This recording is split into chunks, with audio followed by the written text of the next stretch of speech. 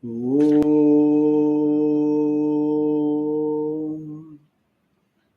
Om. Om.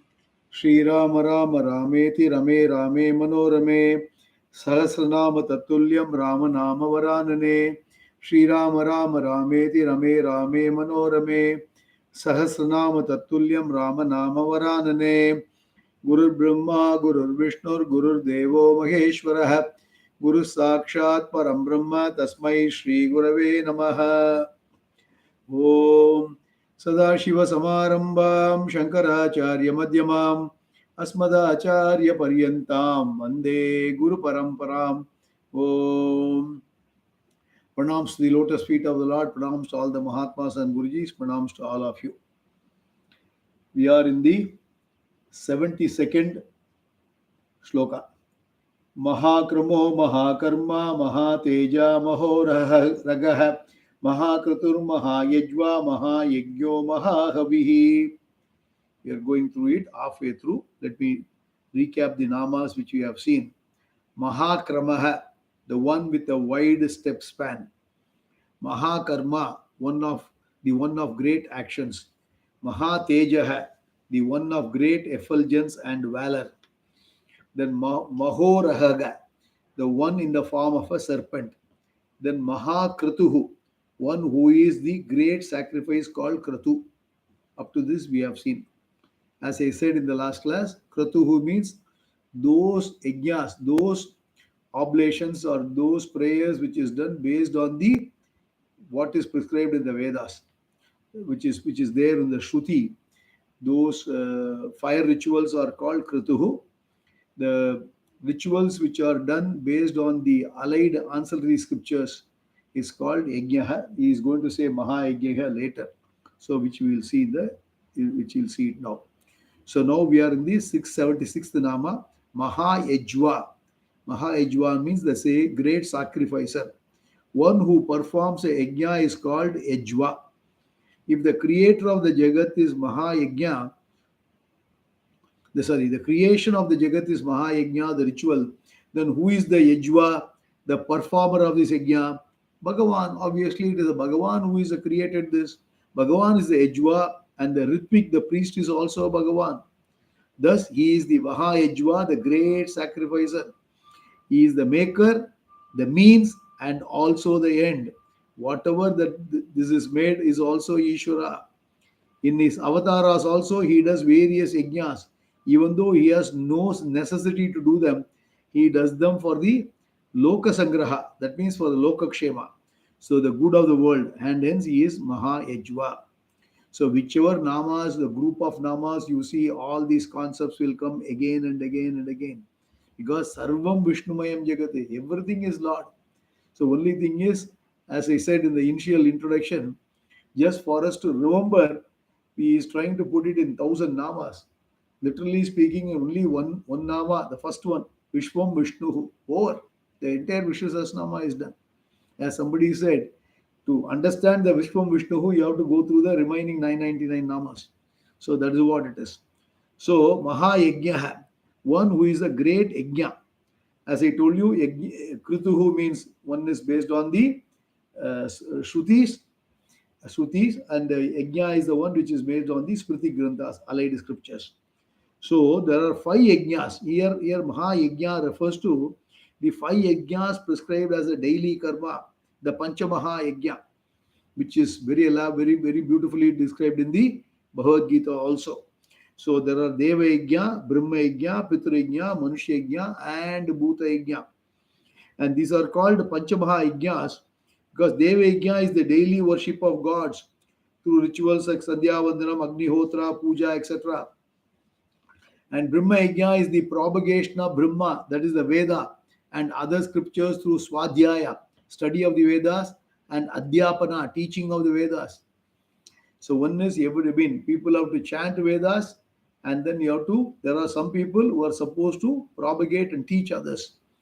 The chanting of Vedas is given as per the original Shastra to the Brahmana, Kshatriya, and Vaishya.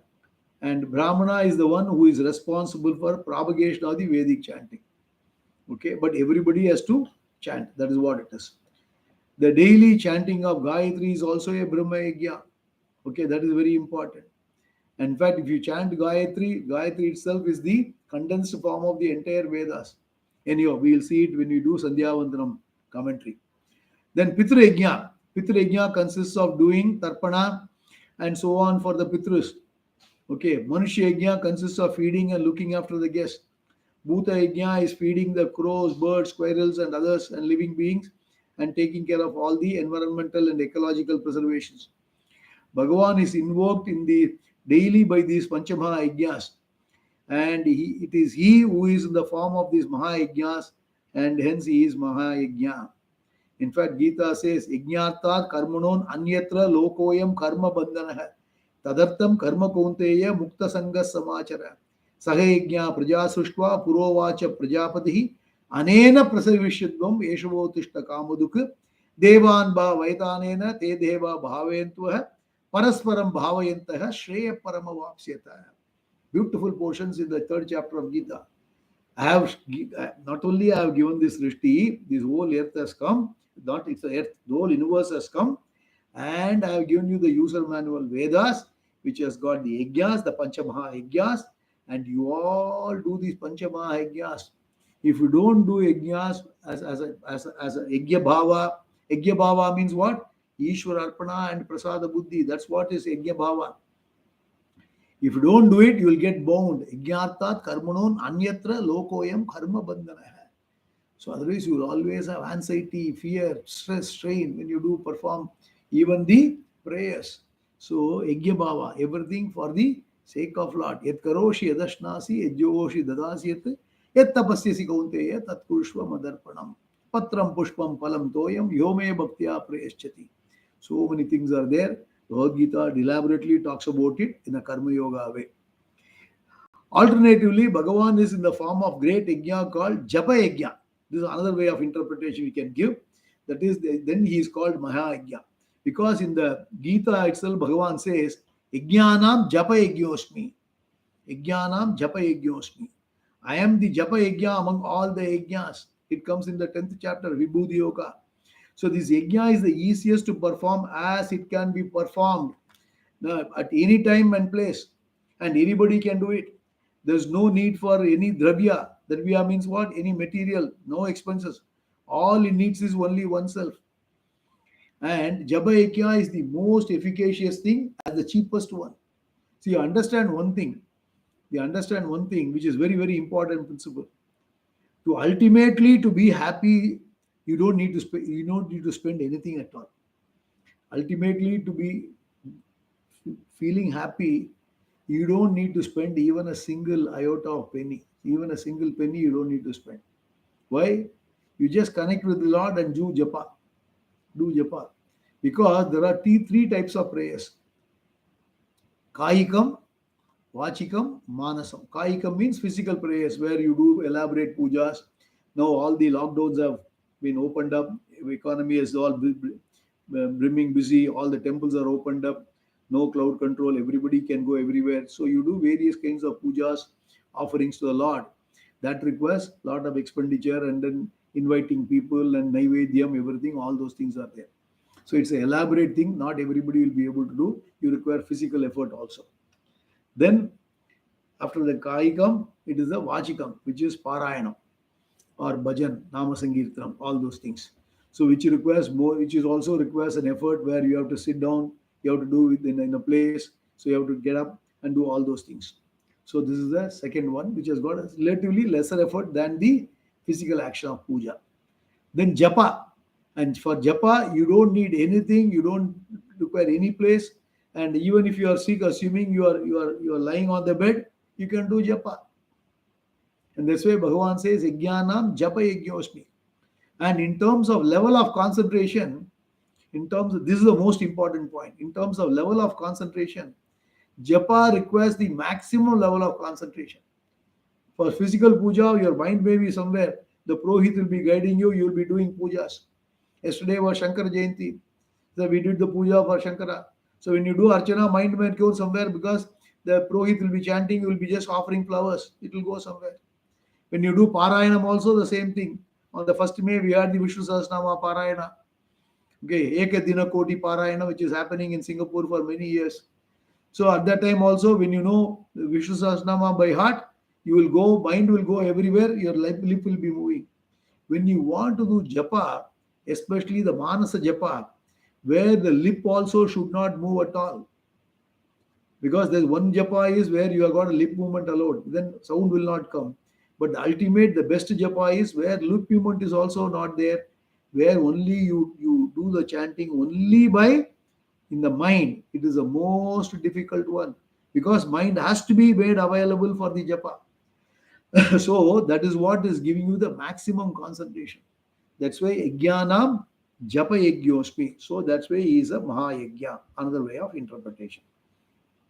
Then the next one is the Mahahavihi. Mahahavihi means the great oblation. So if Bhagavan is the Yajna and the Yajva, the ritual and the performer, Havis, the oblation is that is offered is the in the Yajna, cannot be separate from him. So he is the Havis offered in every Yajna. So in the Purusha Sukta talks about the Purusha being offered as Havis for the creation to take place. Hence, he is Mahahavi. Again, the entire Jagat is offered as Havis at the time of Pralaya or resolution. So the Jagat is Parameshwara and it is offered unto Parameshwara. Therefore, Bhagavan is the Mahahavi as the receiver of the great Havis, which is offered into the fire becomes one with the fire.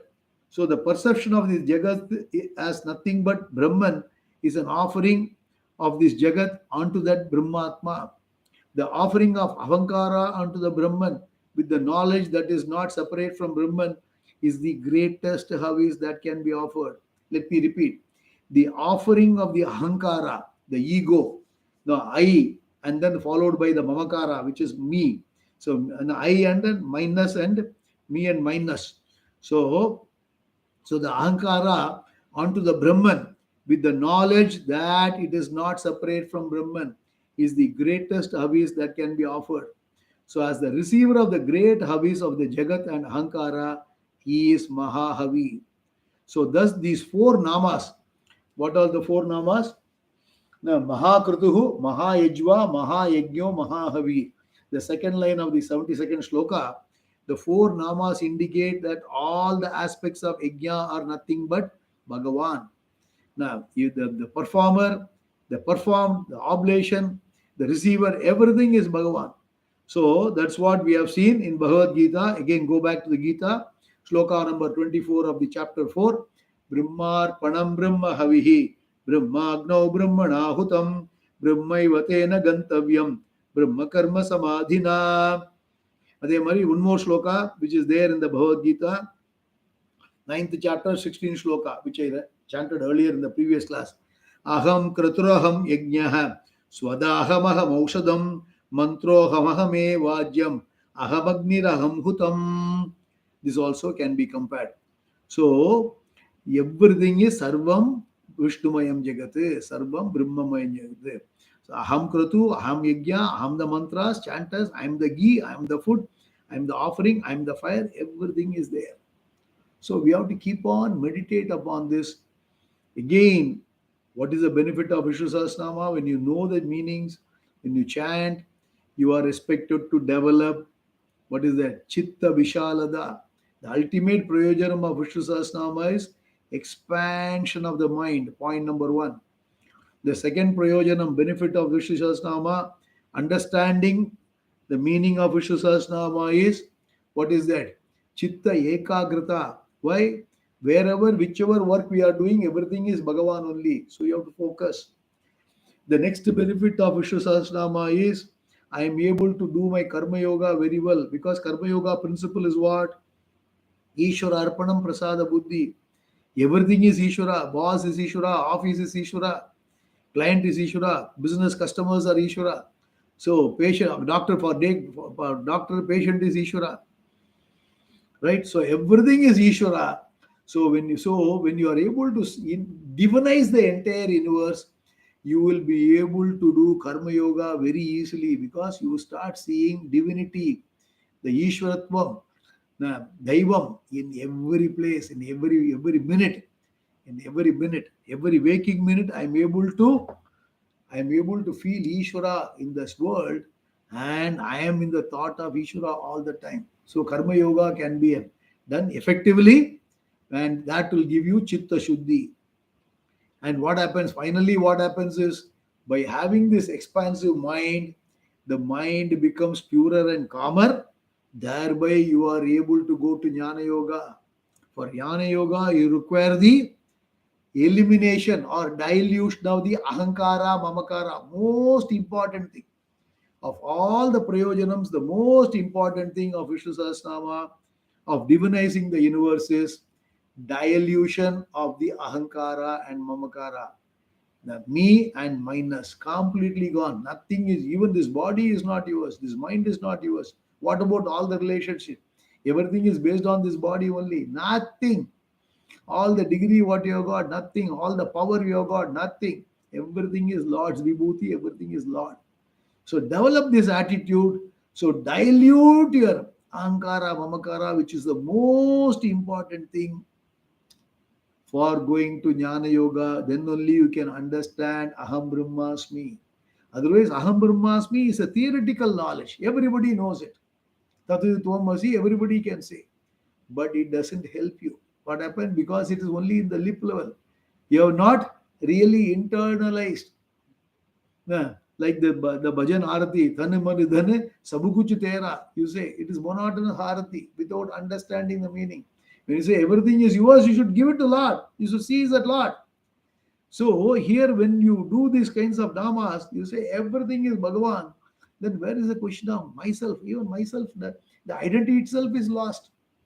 Only for transactional purpose we can keep the identity. That is okay. But actually, I have got no identity at all. Everything is Bhagavan. So that is the most important. So beautiful. I mean, every nama is beautiful. Every shloka is beautiful here, because there's a sequence, there's a grouping, and it is beautifully given. And Shankara Bhashyam is also excellent. Move on. Go to shloka number 73. Another group is coming. स्तव्यस्तव प्रिय स्तोत्रम सुतस्तोतारण प्रिय पूर्ण पूरयिता पुण्य पुण्यकीर्तिरनामय स्तव्यस्तव प्रिय स्तोत्रम सुतस्तोतारण प्रिय पूर्ण पूरयिता पुण्य पुण्यकीर्तिरनामय स्तव्य, the praiseworthy. So next 5 namas names go together. What are the? Stavya, Stavapriya, and then Stotram, and then Stutihi, Stota. So all those 5 namas will go together as one group. Let us look at one by one. So first one is Stavya, the praiseworthy. So Parameshwara is Stavya because why? The only one worthy of being praised.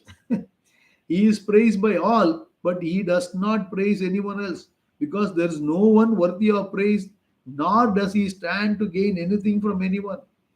Normally, what we do when we praise someone, we want to get something out of him. So we just do all those things. If you want a donation, but because there's a temple Kumbha Abhishekam, you want donation from a very wealthy individual in the village, you go to him and praise him. You are the Indra, Chandra, you are the Kubera, everything you say. And finally, for what? For the Kubera. I mean, so you put all those things. Then what happens is, then he'll give you more money. So you praise somebody. Bhagavan does not need our praise. Bhagavan does not need. He doesn't expect it at all. We praise Bhagavan's glory for what? For our satisfaction. For our satisfaction and keeping Bhagavan in our thought all the time. He doesn't need anything. And because why? And when not only that, there's nobody else can be praised. Bhagavan is the only one worthy of praise, because he is the ultimate who is a Sarvagyaha, Sarva Shaktiman, Sarva Vyapi, everything is he. What the individuals? Nothing. So understand this. So the final praise is only for Parameshwara, because any praise anywhere for anyone or anything goes to him alone. That is also you have to understand. Whatever you praise on anybody, everything goes to him alone. Yo yam dhanam bhaktaha shraddhaya tutyamichati, like this. So then Stavapriya, one who delights in praise. He is Stavapriya fond of our praise. Even though he delights in praise, he cannot be flattered, because in whatever way we praise him, all the praise falls short of what he actually is. Even if you say that Ishvara is limitless, still it does not become a praise, because we do not understand what limitlessness is. In terms of knowledge, in terms of power, in terms of pervasiveness, what it takes to be limitless is beyond our understanding. Therefore, any praise of him falls flat. Still, he blesses us with results of our praise, because the praise of Ishvara is a karma. That karma attracts punyam, the result. The Lord, being the giver of the results of actions, gives us the results, because every praise of the Lord, every stotram, every praise of Lord gives us punyam. Some positive balance are going into our account. Invisible positive balance called punyam, merit points. Merit points, not demerit points. Demerits is called papam. Merits are called punyam. So that is going on, and that what happens ultimately, it fructifies either in this janma or in the next janma. So always be in the thought of Lord. You continue to earn merit points. You will continue to be earning goodies. So what happens is, and he gives the results, because he gives us the results of the action of stava, the praise. So he seems to like it, and hence he is stava priya. He seems to be. These are all in the bhakti. We take all those things. Basically, if you put it technically in the Vedantic language, every praise of the Lord brings us closer to Him, and it gives us the punyam. For those who are looking for material benefits, they encash the punyam for material comforts.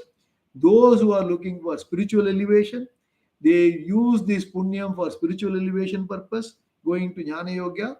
Those who are jnani who praise, they continue to praise for the sake of praising, because he continues to thank.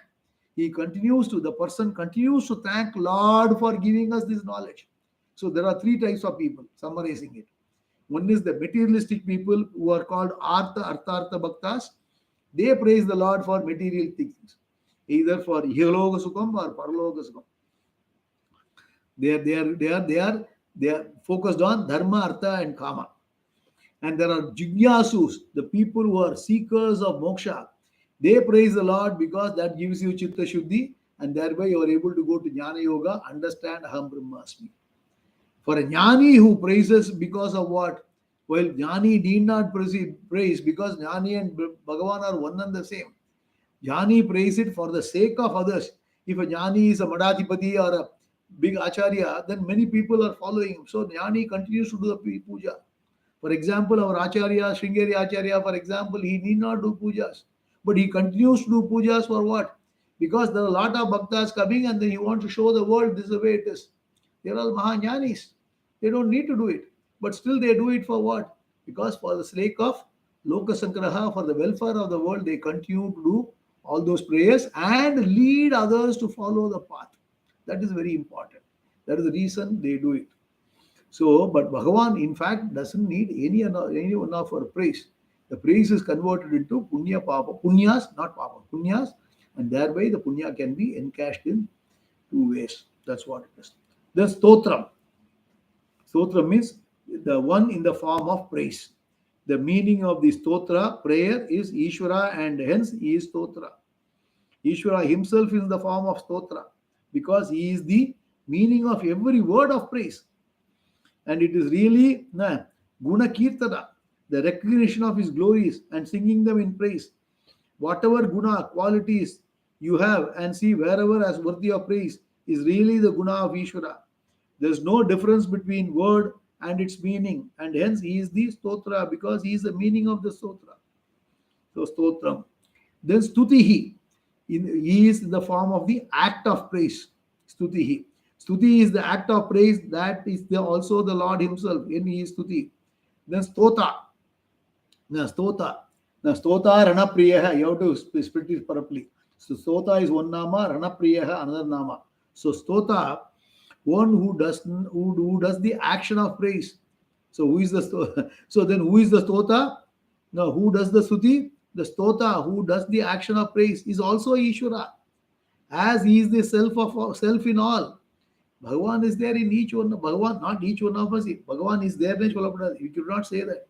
Everything is Bhagavan only. Thus, Lord Vishnu alone is Stavya, worthy of being praised by us. The Vishnu Sahasranama Stotra, he is in the form of this Stotra, and he is fond of this Stava, and he alone is in the form of Stota, and one who chants this Sahasranama Stotra is, and the very chanting of this Sahasranama is also he alone. Everything is Bhagavan. Remember this, repeatedly remember this. Again, another group. Then Ranapriya, one who delights in battles. A form is created as the altar for worship, wherein the total is deliberately invoked. Now, only when it is deliberately invoked, it becomes an altar. So, a given form is the altar in which the total is invoked. When Ishvara is invoked in a particular form, he can be invoked in a form that has weapons. So, when you take a refuge in the Lord, he takes care of those who afflict and affect you, because he has got weapons with him. So the form can be one that assures you that he is ever ready to take care of you. When you are fighting your outer and inner enemies, because what is that? Because Bhagavan is always in the side of the Bhakta.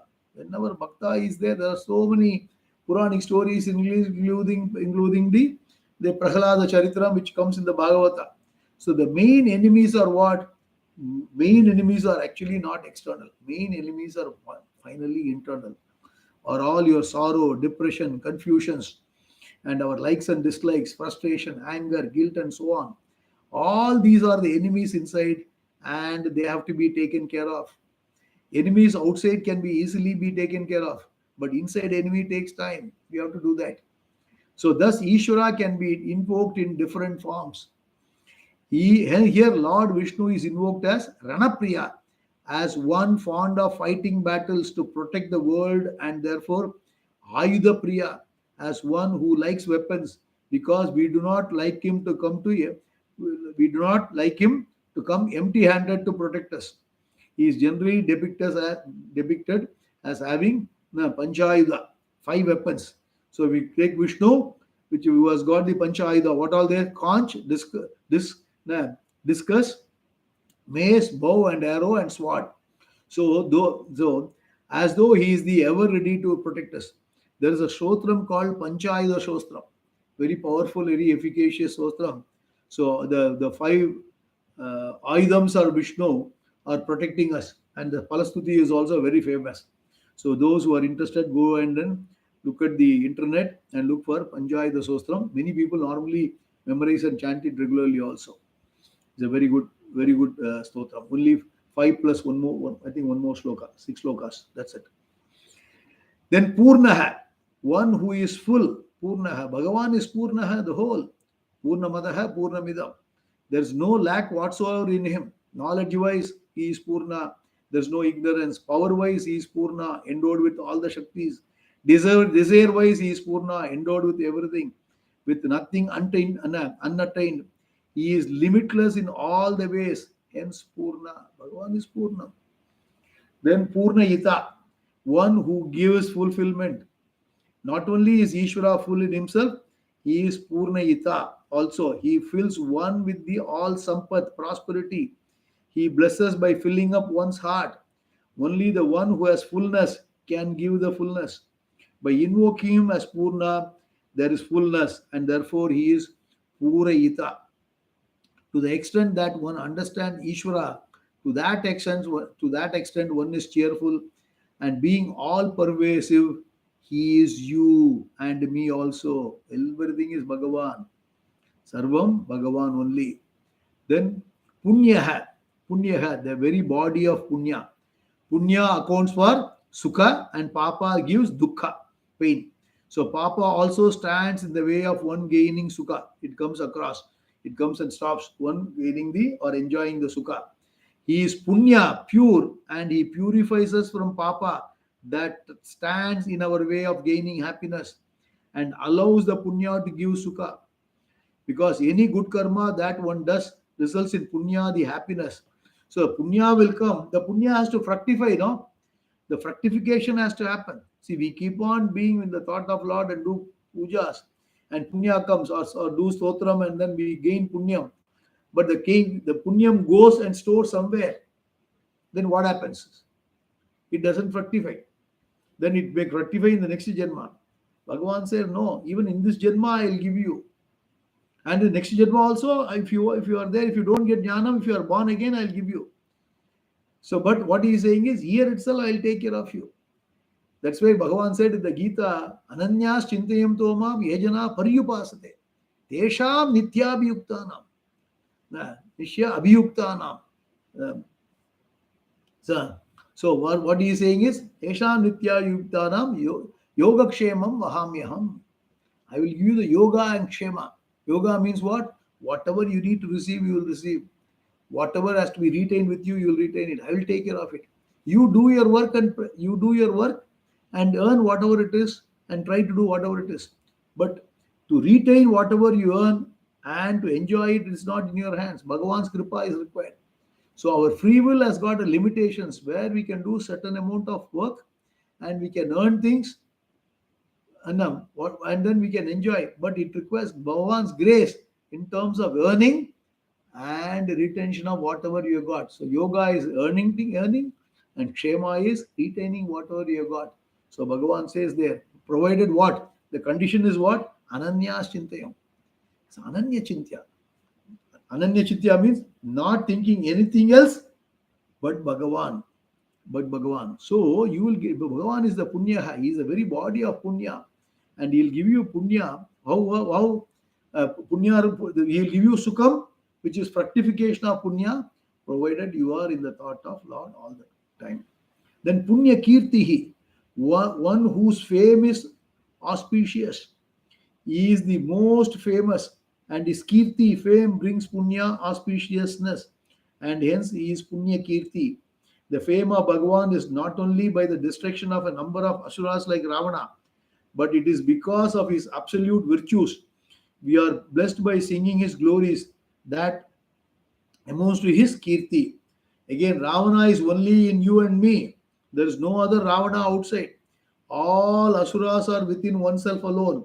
With the grace of Bhagavan, we take care of the demons inside, and the authorship of taking care of the demons is also attributed to the Bhagavan. The real demon is the firm notion that I take care of everything. The I-ness, the ahankara, that's a real demon. When this demon is taken care of, others are easily taken care of, as I told earlier. The main problem is ahankara. From ahankara comes the mamakara. From mamakara comes the ragadveshas, likes and dislikes. From the ragadvesha comes the action. This is from kama. Kama leads to karma. Karma leads to punya papa. Punya papa leads to punarapi jananam, punarapi maranam. This thread, this entire cycle link, you should never forget it.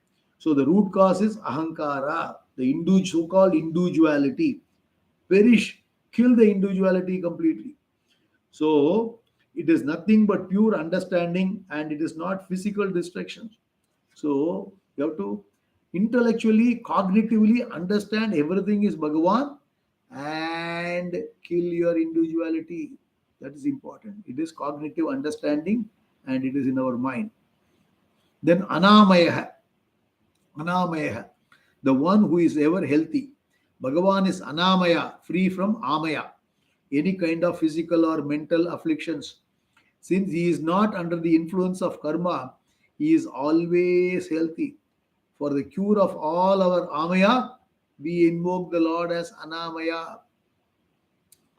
That's very famous. Subramanya Bhujangam, which is there. Any physical health, immediately health issues, go to Bhujangam. Now, Subramanya Bhujangam is a beautiful commentaries are there. And again, Acharya has done it. That's what it is.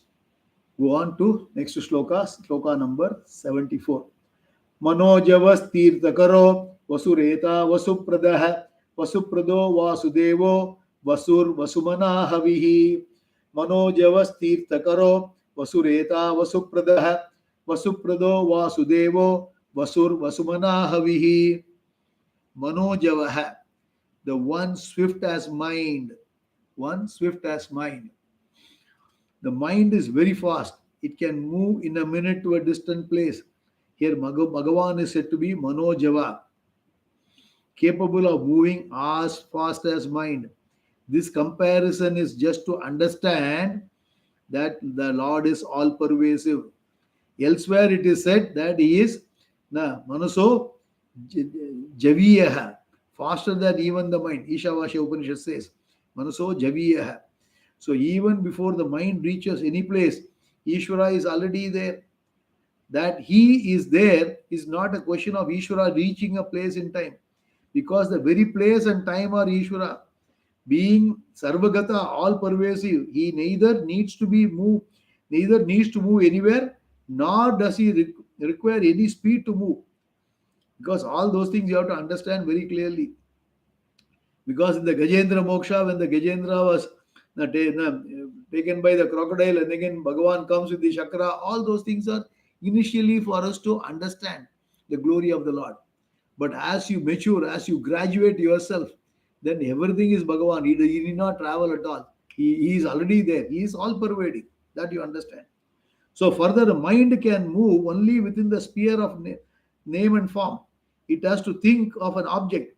Even Brahmaloka is only name and form. So whatever one can think of is only name and form, and the name and form exists in consciousness, which is the Bhagavan. So all objects and thoughts exist in limitless consciousness. They are limitless consciousness. Hence, whatever the mind goes, wherever the mind goes, Bhagavan is already there. In fact, mind itself moves in the Bhagavan. Mind itself moves in the Bhagavan. So this is a Manojavaha. The next one is Tirthakaraha. Tirthakaraha. The author and the teacher of all the Vidyas. There are two ways this Nama can be looked at. A sacred place, a place of pilgrimage is Tirtha. Any place, be it Mecca or Mathura, Jagannath or Jerusalem, it is a Tirtha, a sacred place of pilgrimage, because it is the Lord who by his association with it makes it sacred. This is one way of looking at it. Second one is Tirtha also has got the meaning of Vidya. Any discipline of knowledge is called Tirtha. Every discovery is a revelation. In fact, there is nothing called invention in our dictionary. Everything only a discovery, because everything is, whatever the new scientific advancements we see in every sphere, everything is already inside in somebody's mind. And there also that Buddhir Buddhimata must be, I am that only. So Bhagavan is there only, it comes out. New business models, new sales models, new gadgets, artificial intelligence, whatever, or new medicinal advancements, everything is Bhagavan. There's nothing called invention, because there is no individuality involved. Only the world will praise you, give you Nobel Prize and other prizes. But Bhagavan is, everything is Bhagavan's glory. So every discovery is a revelation. The one who reveals the knowledge is Tirthakara. So Bhagavan is the Praneta, the author, as well as the Pravakta, the teacher of all the disciplines of knowledge. Okay. Paravidya as well as Aparavidya, as given in the Mundaka Upanishad. There it talks about the Paravidya, which is the Atmajnanam. Aparavidya is all other science, all other branches of science other than Brahmajnanam is Apara. Now everything, all the material science are all Aparavidya. So he is the author and teacher of both the Paravidya and Aparavidya. Hence he is Tirthakara. From here we have to come to the one important point here. Okay, especially in the modern times, you have to put it across. In fact, as per Shastra, there is nothing called intellectual property. These are all the modern, man-made, created, the selfishness created ones. There's nothing called intellectual property, because it's all man in his greediness has created all this selfishness and say this is my invention and this is my technology and I put it. Look at the internet world today. All the knowledge is now open. Most of the knowledge is available open. Okay, and maybe some very special science still with this trying to be people trying to have their protective knowledge, but everything is Bhagavan's. In fact, in our tradition, the knowledge should never be sold. Knowledge should never be sold. That is why we had a great all the educational institutions, and even as recent as 80, 50 to 100 years ago, we built institutions. Many people give a charity and build institutions like schools and colleges, and everything was free. But the modern education has completely corrupted it. Completely corrupted it. Very, very unfortunate. In fact, there are few things which is core to Sanatana Dharma. One of them is knowledge should never be will be sold to anyone. Any type of knowledge, for that matter. That's why many of the Vedanta classes everywhere is free. The Vedic, those who are going to a Veda Patashala, they give boarding, lodging, everything subsidy, and then they ask you to chant and learn Vedas. That is still the tradition is followed. They are not charging money. Even though the Purohits come and learn, and then they become a karma brahmana afterwards, and making money out of it. They don't pay a single penny in the tuition fees. In fact, on the other hand, they are given boarding and lodging free. And that is how India was there in the past. What a tragedy today. We have to pay for everything. In fact, arts, take Bharatanatyam, take Carnatic music, even that one you are supposed to give free. Of course, the student who comes and learns, they have to give Guru Dakshina.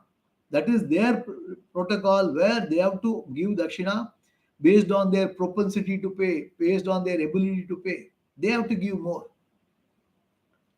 But the Guru should not demand anything. That is how we had all the arts and culture, everything got prospered in India in the last thousands of years.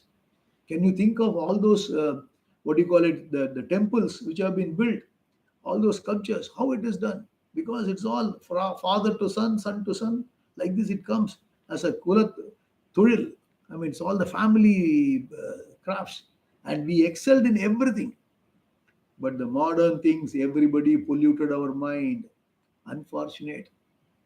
In fact, Sri Rajaji talks about it, and then he had a whacking from everyone. That is a history. He was talking about ideal conditions, but modern things have changed. The social orders changed, and everybody branded him differently. Then the whole thing went away. That is the history of the Tamil Nadu. But the point here is, you should never, never, never sell the Vidya. Understand this very clearly. All the Vidyas are supposed to be free. All the Vidyas are supposed to be free. Because everything is Bhagavan's knowledge. Who are you to say? Everything is Bhagavan's knowledge. That's what it is. Next one, Vasuretaha. Vasuretaha. One whose knowledge is the seed of the creation. See? So Vasu here means Hiranya, gold, and stands for knowledge. His knowledge is the Retas, the seed for the creation of the Jagat. And he is called Vasureta. Is Bhagavan charging us for all the air, water, space, gravity, all the forces he is giving us? 4 seasons. Is he charging us anyone? Is anyone paying royalty to Bhagavan? Or intellectual property he is claiming? Everything is free. So for a child to be born, a mother and a father are required. Similarly, in the case of this entire world, there is an intelligent cause and material cause. The material cause is Prakriti or Maya. As the child is born of the mother, similarly, Prakriti is the material out of which this creation is born. But mother herself cannot produce a child without a father. And so too, the Prakriti requires an efficient cause. As for a child, for this entire creation, 2 causes are necessary. But for Prakriti, being Jada, insentient, and also dependent on Brahman, cannot bring up Brahman cannot bring about the world. So Jada Maya alone cannot do anything. Brahman alone cannot do anything. It's the Brahman Maya Sambandha which makes this whole universe come out, which is called Srishti. It's only from unmanifest condition comes to manifest. So initially something is necessary for the creation to begin. And once that occurs, Maya is capable of undergoing all necessary changes to become this world. So who is that one? That Brahman, that Vishnu, that blesses the Maya. So initially that is the seed. That is the Reta. That is the seed which is given to Maya. Then Maya, then with the blessing of the Brahman, then the entire Srishti comes. Everything comes. So that's called Panchikaranam. Everything comes out and the entire universe is there. That's what it is. In Gita, Bhagavan says, Na garbham dadamyaham. In the 14th chapter, he says, I impregnate aham na bija pradaha pita. I am the father who gives the seed. That the seed is called Reta. When Bhagavan invokes his knowledge as a sankalpa, a desire, it becomes a Retas, the seed, which brings about this creation. Hence he is Vasureta. Hence he is Vasureta. So we'll stop here. We'll continue in the next class. So as you read more and more the Vishnu Sahasranama, you are fascinated by this universe. You are fascinated by the whole thing which is happening. And you should be able to see the Lord in each and every being, each and every situation, each and every material objects. We should start seeing Lord. Sarvam Vishnumayam Jagati, Sarvam Brahmamayam Jagati, Sarvam Shivamayam Jagati, Sarvam Ambalmayam Jagati. You can take any very Lord. Lord is only Eko Vishnu Mahadbhutam. Okay, everything is only one Nama, only one is there. That is a Vishnu or Brahman, we call it. Start divinizing, expand your mind, and bury your ego, ahankara. Relax, relax, relax. Once you get relaxed mind, obviously Guru will come and give you jnanam, aham brahmasmi. So keep chanting Vishnu Sahasranama, keep listening to the glory of the Vishnu Sahasranama, Vishnu. Repeat it again and again and again. Invoke the Lord and see the Lord each and every place, all the waking hours. And immerse in the thought of the Lord in whatever you do. It is possible, humanly, it is possible. Om Purnamadah Purnamidam Purnat Purnamudachyate Purnasya Purnamadaya Purnameva Vasishyate Om Shanti Shanti Shanti Loka Samasta Sukhino Bhavantu Loka Samasta Sukhino Bhavantu Loka Samasta Sukhino Bhavantu Swasti Prajabhya Paripalayantam Nyayena Margena Mayi Maisha Gobhrahmanebhyo Shubhamas Nityam Loka Samasta Sukhino Bhavantu. Shri Gurubhyo Namaha. Krishnarpanamastu. Hari Om. Hello, Namaskaram.